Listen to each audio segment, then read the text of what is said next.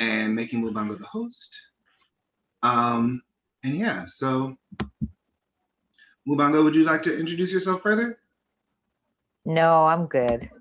She's like, absolutely not. Okay, cool. Beautiful. All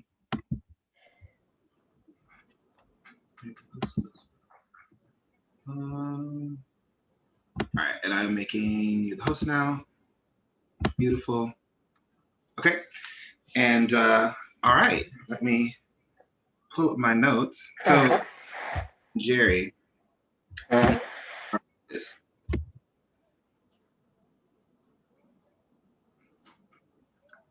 This is our little check-in. This is what we do at the top of every session with anyone who's new. And you're the new person now. So, what is your name? Where are you writing from? What are you working on? And how are you feeling right now? Is that for me to answer? Mm-hmm. My name is Njeri, and I am where am I writing from? That assumes that I'm writing. I'm mostly reading, but if I was writing, I'd be writing from Toronto. I'm certainly reading from Toronto. And the next thing that I plan to write, which would be the first thing I plan to write, would be a short story about a tree. That's also a guardian angel. And how am I feeling right now? I'm pretty excited to be here. We're excited to have you. So just gonna read a bio. This is Tea with the Queen with Njeri. And I'm gonna read the bio because that'll explain to you who Njeri is. Njeri Sojourner-Campbell's first mashup of art criticism and activism was in 2014 when she started SOULar Powered, an Afrofuturist SlowReading Group. In 2017, Njeri started Onyx Pages, the first BookTube devoted to the Black Speculative. Since then, Njeri's niched down as the first proponent of slow reading with the Octavia Butler Slow Reading Book Club and creating the 7 Kowrie Shell review that interrogates a book's intersectionality and inclusivity, as well as its entertainment value. Since interviewing the likes of Nisi Shawl, Nalo Hopkinson, Samuel R Delany, Dr. Nnedi Okorafor, Tananarive Due, and Andrea Hairston, Njeri has been named the 2021 Guest of Honor at FIYAHCON. In this interview, we're going to explore Njeri's origin story, the impact of Afrofuturism on her life, why she chose the Black Speculative, and the importance of BookTube's connection to the writing community. Thank you for being here, Njeri. Thanks for the invitation. Absolutely. So I have some questions, and I'm just gonna start asking them questions, okay? So you started the SOULar Powered Afrofuturism Slow Reading Group in 2014. Who was Njeri in 2013? I was in a portal place. I was in the last year of law school. I was living with my parents.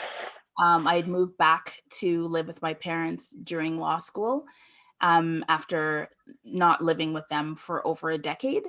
And so I knew that I needed to engage in an active transition from school to the next place in my life. And I knew that that would include a degree of healing and change.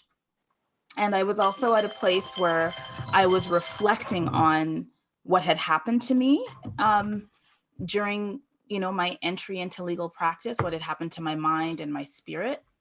I also was falling in love with the woman who is now my wife. And I was somebody who in 2012 didn't believe that falling in love was real. I thought that was fiction. And so I was at a point where I was learning about this thing that had now become real for me. So the intersection of an ending, a need for healing, and the excitement toward the future left me in this kind of portal place. So that's where I was in 2013 before all the magic happened, which I think you're about to ask about.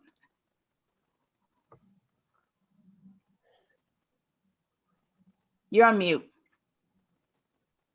I mute myself when I'm not talking. I'm sorry. Okay. It's a good habit, but a bad habit when you're hosting.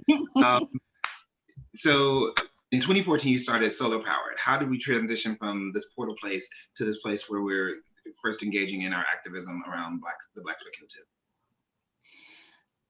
I knew that I had been doing a lot of reading, a lot of white speculative reading called the law. And I knew that I needed to replace that with something else, because I had had a history of doing that. So when I was 21, I replaced the science fiction of Catholicism with something else. And I knew that I needed to do that again. And I knew that if I was going to do that, because I had this new career that would orient me in a particular way, I knew that I needed to actually put a structure in place that would force me to do the other thing. And so that structure was a book club. The structure was Facebook, just because it was 2013 and I wasn't up with all the new things.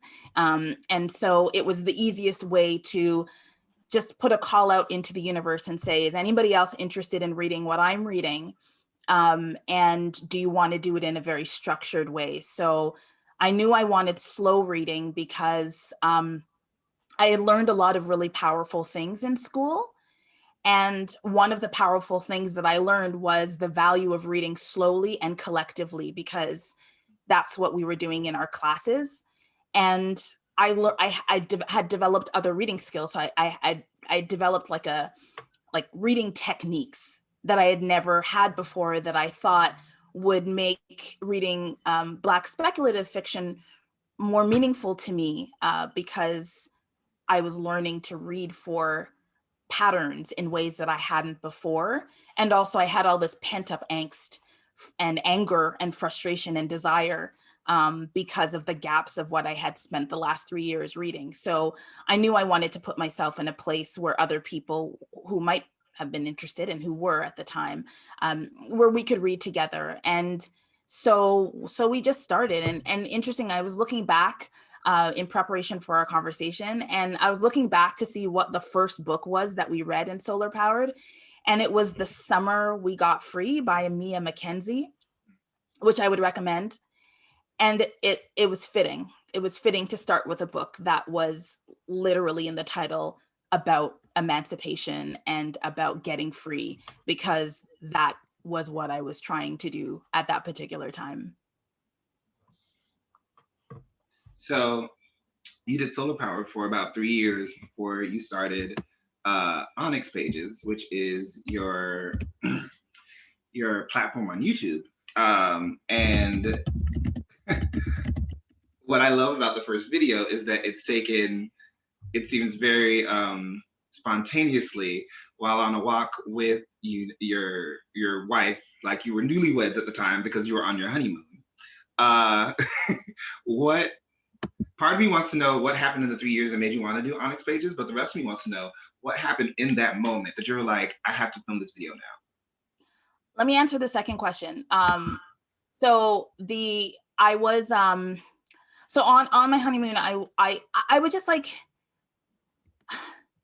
honestly, I was so excited about our wedding. And I hate when people talk about their weddings ad nauseum. And so I'm not going to be that person. But there were a couple of things that happened in our wedding that were very Afrofuturist, right? So first of all, I in choosing to marry a Black non-binary amazing person named Tomi, I was giving myself permission to live my Afro future, right? Like in my particular life, I was just like, this is what I needed. This is what I wanted. Our officiant was a Black lesbian.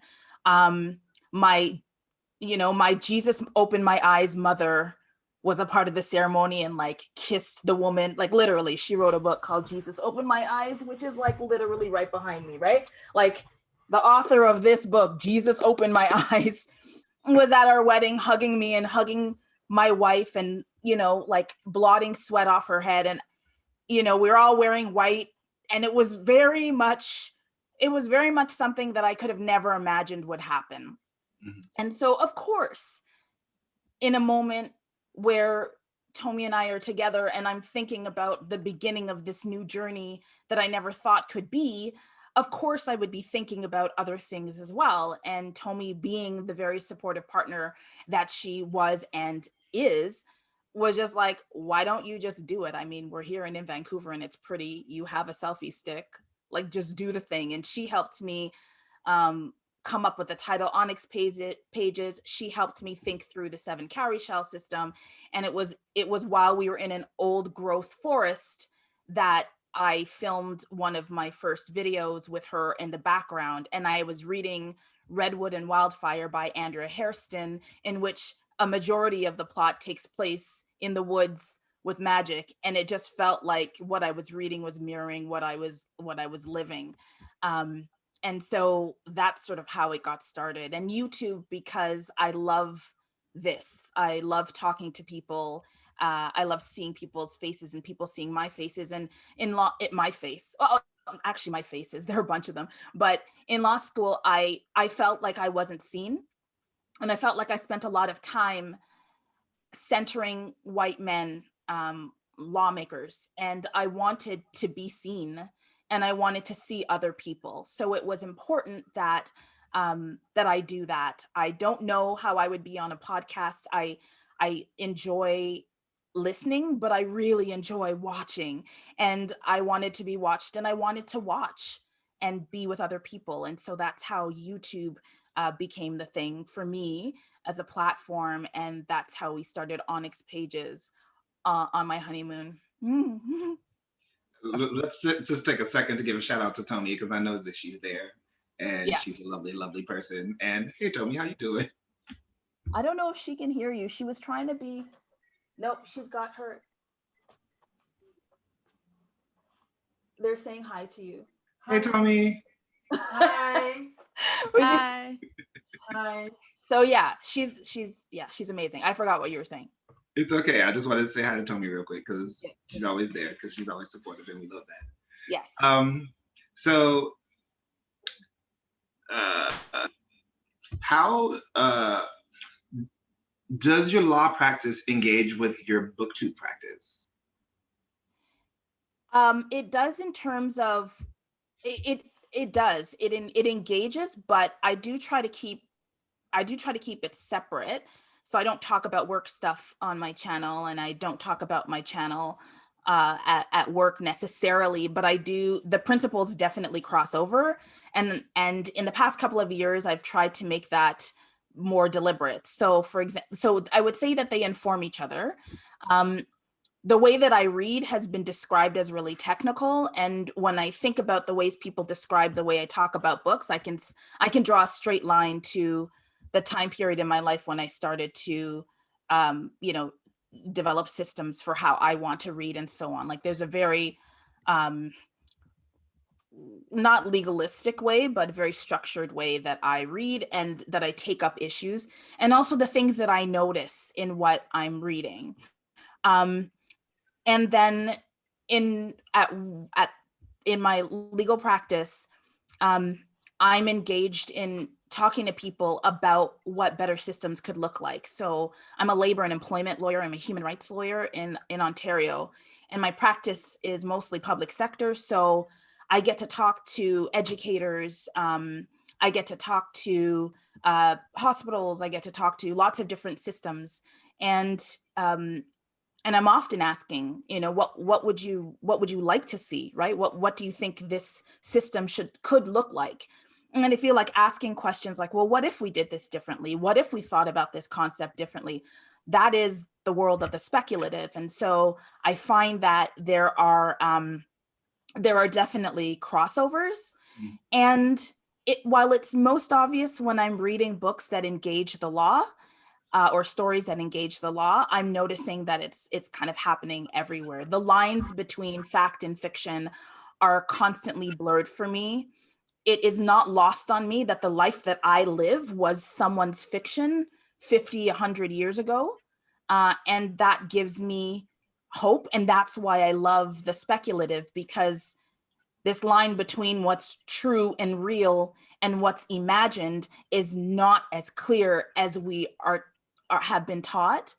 And I think people like you all who are, I'm so grateful to, because you are manifesting in your words, and readers like me get to spend time in your imagination and to be a part of it and to be shaped by it. That is so incredibly exciting to me. And I try to engage that wherever I am. So hopefully over time, there'll be more, not as much of an obvious intersection, because I'd be saying things on YouTube that I don't need clients to be hearing. But at the same time, I want there to be more of a blend. I hear that. I hear that. I love that. So you said, what was your first Black speculative book that made you feel reflected? And the second part of that question is, what's the most recent Black speculative book that made you feel reflected? So the first book that made me feel reflected was Brown Girl in the Ring by my favorite author, Nalo Hopkinson. And it made me feel reflected because it took place in Toronto. There were a lot of queer characters. Nalo herself is incredible as a writer. She's queer, poly, brilliant. And there are places in this book that I could go to right now. And as a Canadian, I wasn't used to reading stories where I could actually say, I've been to this particular location. I've been to that farm. I've been on that highway. I know what it looks like. And oh my goodness, to think about what she's done with it through her imagination, it was just incredible. So I felt very seen. The patois used here was very obvious to me. And the future Toronto that she imagines in this book in the 90s is a future I am seeing come into fruition in some ways. And so this very much was the first Afrofuturist book or science fiction book. I'm not sure that she would describe this as Afrofuturism necessarily, but that was the first book where I felt seen in terms of Black speculative work. And you know, it's funny, I think right now, the most recent book where I felt seen, well, I'm just looking at it, is Blood Like Magic by LaSalle Sambury. And it's very much for the same reasons. It is, you know, she is Trinidadian Canadian, and she is writing about fantasy and a family of people with magic. And that's very important to me. It's also Toronto. So there are some parallels between, you know, what sort of speaks to me.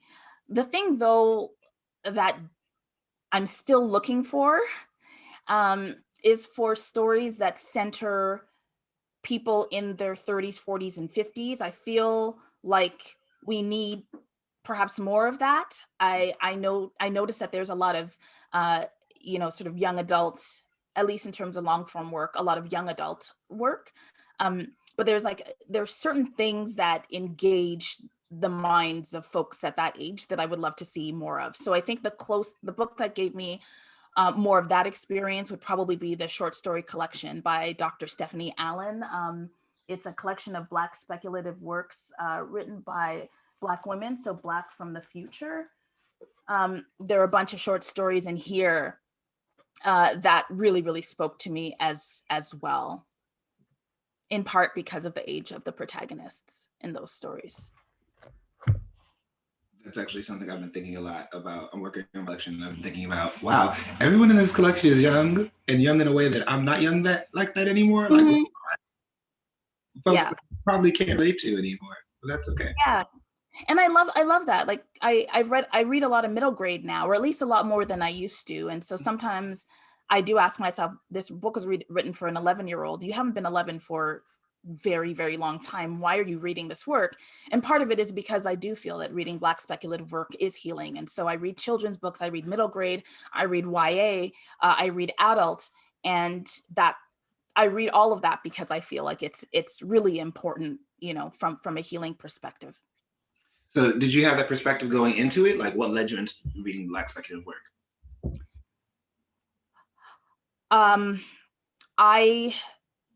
I really desired it. I really, in 2013, 2014, I was thirsty for it. And I remembered when I first when I first read Octavia Butler, which was probably in around 2004, 2005, a woman who was then a close friend of mine was, she said, I know you love Nalo Hopkinson, but have you ever read Octavia E. Butler? And I said, no. And she said, okay, well, hold on to your bloomers. And I think she probably actually did say bloomers. And she gave me Parable of the Sower. And I read that, and then, this happened, right? And I just ended up reading everything that she wrote. And I remember at that point, I was living on my own for the very first time and reading Octavia Butler while living on my own, and reading particularly the Parable of the Sower and the Parable of the Talents, and watching Lauren Olamina's journey while I was on a journey for the first time as well was really kind of, incredible. And that's when I started to learn more about science fiction. I think a lot of people, when they talk about their entry into Black science fiction in particular, or Black speculative, frankly, that everybody remembers this moment. Well, no, a lot of people remember a moment when they first discovered that science fiction was more than just, white men going to different planets and colonizing there, just like they colonized here, right? And I think for me in 2000, the early aughts, that was my introduction to Black speculative. And then from there, I started looking around and exploring different things. I didn't know how vast the literature was at the time. It's a really nice deep dive. So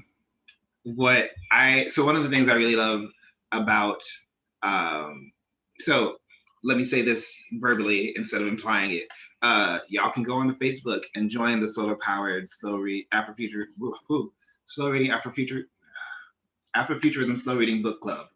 You can do that right now. You can also go to Onyx Pages and subscribe, and you can check out all of Njeri's reviews and also join her anything that she's doing. There's so much content that exists there already, and also content that's concurrently going on. So don't play yourself. Go to her pages. But I wanted to know, how did you come up with the could you describe the 7 Kowrie Shell system and explain to us how you got there? So it's gone, first of all, thanks for the shout out. I appreciate that. It's gone through a couple of iterations and is right now in a bit of transition, just for practical reasons, because COVID and hiatus and stress and burnout. But I actually came up with it on my honeymoon when all things expansive happened. And so it was, I chose 7 because I like the number 7. I think there are a lot of things that come in 7s that are meaningful to me. And the first iteration of it looked at things like plot and world building and characters and challenging social norms. I had 7 categories, and the reason why I started that off really, really early was because when I started to watch BookTube in 2017-ish, I noticed that there were people that most of the reviewers that I watched really early on didn't really have a lot of structure to their reviews or their videos about books. And I didn't want to fall into the trap of just saying, this was really great, I loved it, or I really didn't like it, or I stopped halfway through. And part of that was because I have a lot of respect for writers as a reader. And I know that just because something that I read took as a short story, I may have finished that short story in an hour, but that short story could have taken 8 years for that writer to write. And I didn't want to force feed myself what I was reading. And I also wanted to be able to offer a service, frankly, because I knew that at the time Onyx Pages was the only YouTube channel that was talking about Black science fiction and fantasy in the BookTube community. And I knew that people who were attracted to the channel, who returned to the channel, would continue to do so to the extent that they found it edifying and educational and interesting and fun. So because I knew I was going to be introducing people to writers that they might not have ever heard of, I wanted to do a good job doing it. And so that's how the Kowrie Shell system started. I did, it was one of my first maybe 2 or 3 videos. In fact, I think I might have even recorded it before I recorded my BookTube newbie tag video, which is a bit of a rite of passage in BookTube. And then a couple of years later, I revised it because it wasn't working anymore. And I wanted to dig a little bit deeper into two things. One was queer identities. I wanted to be able to deliver more thoughts on that because I realized I was spending too much time reading books that didn't center queer characters. And also, I had a question in my first version of the Kowrie Shell system, which was, is it Afrofuturist? Which didn't really garner a lot of really deep insights from me, because ultimately the answer would either be yes, no, or kind of. And I really wanted to get more into the themes of the speculative. So it's changed since then. And I think that I'm going to be doing 3.0 this year because I'm learning more, right? Like it's changing as I change, and it's changing as my moods change and my desires change. But it remains a system that causes me to stay real and purposeful about what I'm reading. And because I'm a slow reader, I have to be really careful about what I choose to read, because it could take me 3 weeks to read a book, or it could take me a month, whereas many booktubers are reading, 10, 15, 30 books in a month. And so they can get through a lot more by the end of the year. And I can't, because I work and I have other priorities. So I have to be really careful about what I read. And the Kowrie Shell system orients me toward a particular kind of book and a particular kind of Black speculative book. And that's why it remains valuable to me. So what are the 7 Kowrie Shells right now? So right now I've got, I hope I can remember them because I've changed. Oh, I have my reading planner right here. I think I have it in here. But there's still like, world building, there's still plot, there's still, is it aspirational? That's still a part of it. I've added the reading experience to it. So I wanted to be able to tell myself, to talk about whether or not it was fun to actually read. I also have a question that looks at, what are the options that are presented to the protagonist, right? So and this comes from Walida Imarisha's work around visionary fiction, which tries to marry social justice and speculative fiction, and orient writers and readers towards using the speculative as a way to address political issues that are close to us. So I introduced the concept of options because I wanted to talk about what options the author offered to the protagonist and whether those options were ones that were meaningful to me. And there's also relevance, right? Is the main question, like the purpose of the story, is it relevant to me? And I think we've got almost 7 there. Point of view is another one, which is and that also comes from the social visionary philosophy. And that question asks, which point of view is the story written from? And obviously that was a choice. So what do I think about that choice? And was the story written from the perspective of the most marginalized character in the story? Or where does the main point of view fall along the spectrum of power and privilege? So that's another one of the Kowrie Shells. So I guess like plot, characters, relevance, options, the reading experience. Did I say point of view? I always forget one, but you're at 6 because Mubanga is putting it in the chat. So that's certainly one of them. My reading journal is somewhere over there, but I will say one of the reasons why I'm going to be updating that is so that it's easier to remember, because there's always one that I forget. But I think the ones that I think are the hardest for me to get to right now are or at least the ones that challenge me the most when I'm doing reviews, is the point of view, relevance, and options. So those are the 3 that I think are most meaningful to me. And then I think next would be world building.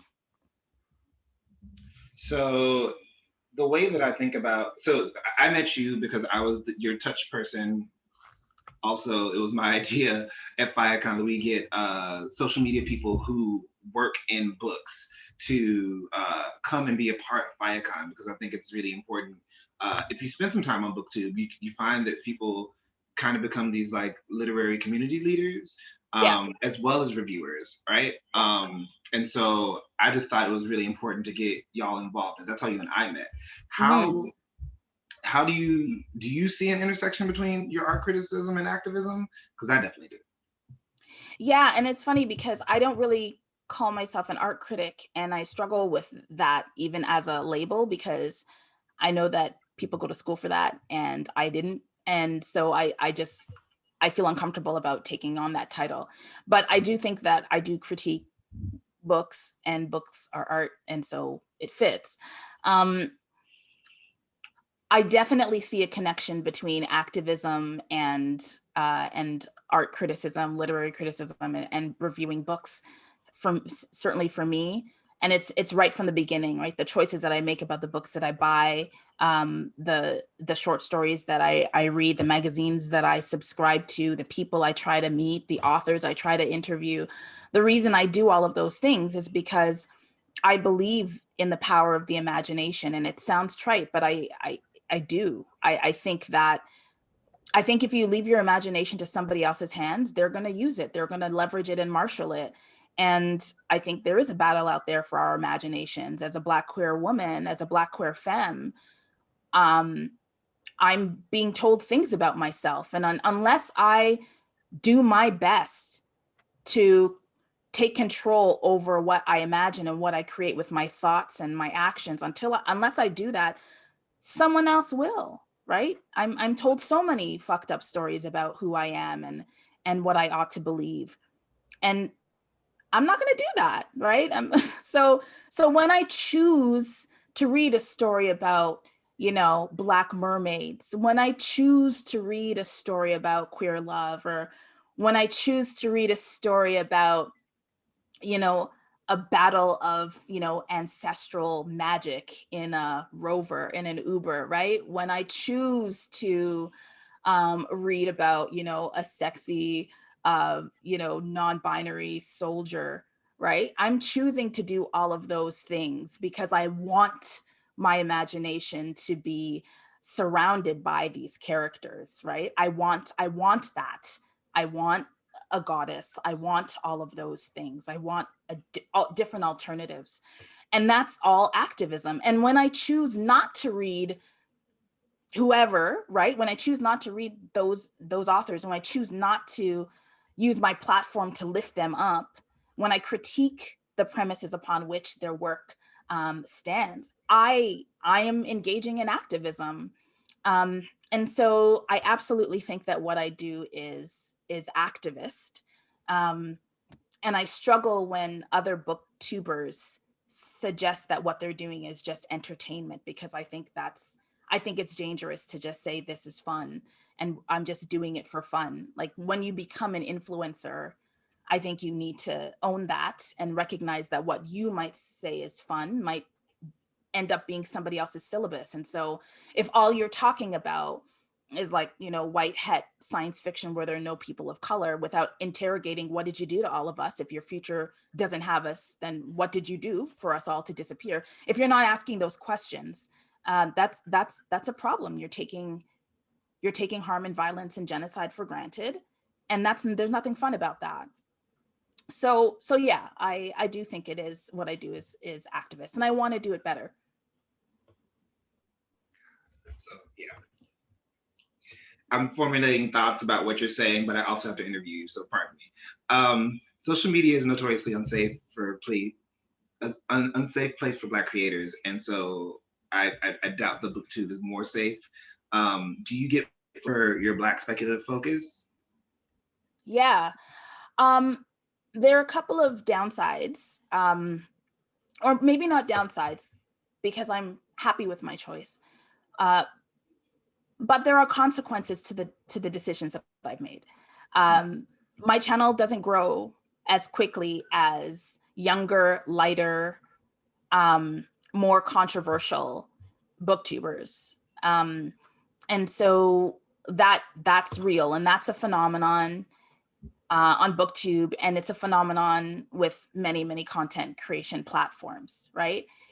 I read backlist, and I read slowly, so I will not be able to read all the, the newly dropped books that are hot and get reviews up super quickly and then be able to go on to the next one. And that impacts things like, publishers reaching out. It impacts my ability to influence in a timely manner.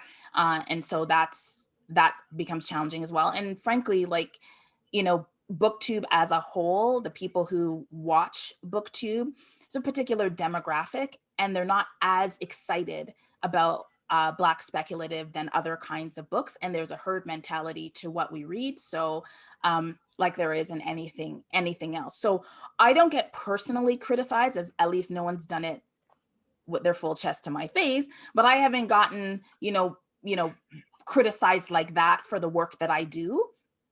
But it does show up when I see content creators who make different choices and take different pathways to how they talk about content. When I see them blow up really quickly, I understand that is a reward for certain kinds of choices. I'm trying to be charitable. So I do notice that for sure. And I also notice that when I talk about certain topics, my views go up, and when I do other things, they go down. So in BookTube, book reviews, surprisingly and ironically, don't attract as much readers as like discussion videos. So if I did a video that's like, it's really hard being Black on BookTube, I would get a lot of views. If I did a review on, A Song Below Water by Bethany Morrow, which is an incredible book that I really enjoyed, it wouldn't get as many views because I'm not that Black woman on the camera being angry about something. And, BookTube really likes angry Black women who are angry about things. You get a lot of views when you do that. And I think it's important. I think it's important to share and critique in the ways that, you want to. And I think Black creators should be free to do whatever it is they want. What I'm commenting on is the BookTube audience and what the YouTube algorithm rewards. And it rewards people who are willing to utilize certain strategies to get their views out, and it buries in the algorithm people who do not. And that is very challenging, and it can be exhausting to experience. Okay, we're gonna talk about happier things right now, because that makes me angry. And I really like your channel, and I was a fan before I was a friend. So like, this is coming from this is unbiased. I wasn't biased before. I might be a little biased now, but I made this decision before I met you, so it is what it is. You have had the opportunity to interview some of our greats, some of our I don't want to call them ancestors because they're still with us, but they're our elders. Nisi Shawl, Nalo, Samuel R Delany, Dr. Nnedi Okorafor, Tananarive Due, Andrea Hairston. Is there a memorable moment from one or two of those that really come up for you a lot? Or like, yes, from all of them, yes. And I will say too, I will say that the critiques that I was sharing earlier that's about the BookTube community and YouTube. I don't derive my joy from that place, right? Like, this is joy for me, and FIYAHCON and WizCon and Clarion West, and like all of the amazing connections I've made and the people that I've met, that's my heart song. Like the Octavia Butler slow read, like reading with thousands of people around the world, all of her writing slowly over 2 years, like that's what matters, right? So I get a lot of joy in terms of what I'm doing. It's not just the critique. But to your question around were there memorable moments? There were memorable moments up and down that list. And so, but I will say one thing, I had the honor of interviewing Samuel R Delany as part of the Naked Heart Festival in Toronto. And I interviewed him before I read, many of his works. And I wasn't as familiar with his work. I was familiar with him as who he is, but I wasn't as familiar with his work when I had interviewed him. And we had brunch, And it was just lovely to sit beside him and to talk to him about things. And I really wanted to ask him questions about Afrofuturism. And he wasn't as excited talking about Afrofuturism as I was, and I actually thought that he would be. So I didn't take all the cues that I could have in the interview, but one thing that he said really inspired me. I asked him about, whether he considers his work to be Afrofuturist, and he said, one of my books involves a group of Black, gay, poly, sex positive, kinky men who live. And he's like, if that isn't an Afrofuturist, I don't know what is. And that was one of the first times that a writer had said to me and checked me really softly on what Afrofuturism ought to be, and the power of mundane Afrofuturism in his critique really spoke to me, right? That there are a lot of things about our lives that once, in the past were considered to be, fiction and completely impossible, that are now possible because we've seen them, we can imagine them, and now we can work toward them. And I think that was an extremely memorable moment. There's so many wonderful experiences. I think something that really moved me was the first time I had the opportunity to speak to Nisi Shawl. And they, in addition to talking about their work, what I hadn't realized about Nisi Shawl was how much work they do in the science fiction community. Like they've got a whole course. So if you want to read Afrofuturism, they've got a whole syllabus, and you can read these books in order. They review other people's work. They teach in terms of writing the other. They are so kind and so giving. And I was just, wanting to talk to them about Everfair and about strange matings, as opposed to this world and this community. And I think that was really, really powerful. And I guess the last thing is, my favorite author is Nalo Hopkinson. And I've had the pleasure of being able to speak to her over the years and to watch the way she talks about her writing and how she now teaches her writing. And I'm just moved by how accessible and casually brilliant she is, and how supportive she is of young writers. And I was talking to her about the law, and she was the one that I talked to her about an idea, and she was the one that said that is speculative fiction, what you're talking about, and just giving me permission to think about my work in that way was really powerful. So I have a lot of memories from speaking to authors. I try not to be super hierarchical about it, because I get a lot of joy from speaking to emerging writers. I love hearing the origin stories of writers. It makes me really excited, and that is something that I hope will continue. So last year we met because I had you come on as a lit influencer for FIYAHCON. This year you were asked to be a guest of honor for FIYAHCON, which I'm super excited about. How do you feel about that? I am very happy about that and really excited. And I'm trying to, honestly, I'm trying to receive it. And I'm trying to, I'm also uncomfortable about it. I'm uncomfortable about it. I'm trying to receive it. Like, even in this moment, I'm trying to receive it, because I want to do a good job. I want to be worthy of that title. It means a lot to me to be, I'm literally having emotions. I didn't expect this. It's very meaningful to be chosen by your own. It's the highest honor to be chosen by your own. And that's meaningful to me. So I want to sort of put myself in the future and talk back to myself and say, Njeri, this is an opportunity. What are you going to do with it? And be purposeful about it. And I'm creating space to be more purposeful about how I can, add value to FIYAHCON 2021. It is the most, like, the FIYAHCON community is the most brilliant, warm, very good looking, because all y'all are extremely hot. but just like the most creative, beautiful, kind, generative community that I've seen yet. And I want to be really careful with that opportunity and purposeful with it. So that's sort of how it feels. I'm still figuring it out. I don't really know what I'm going to say or do, but I just know that it means a lot.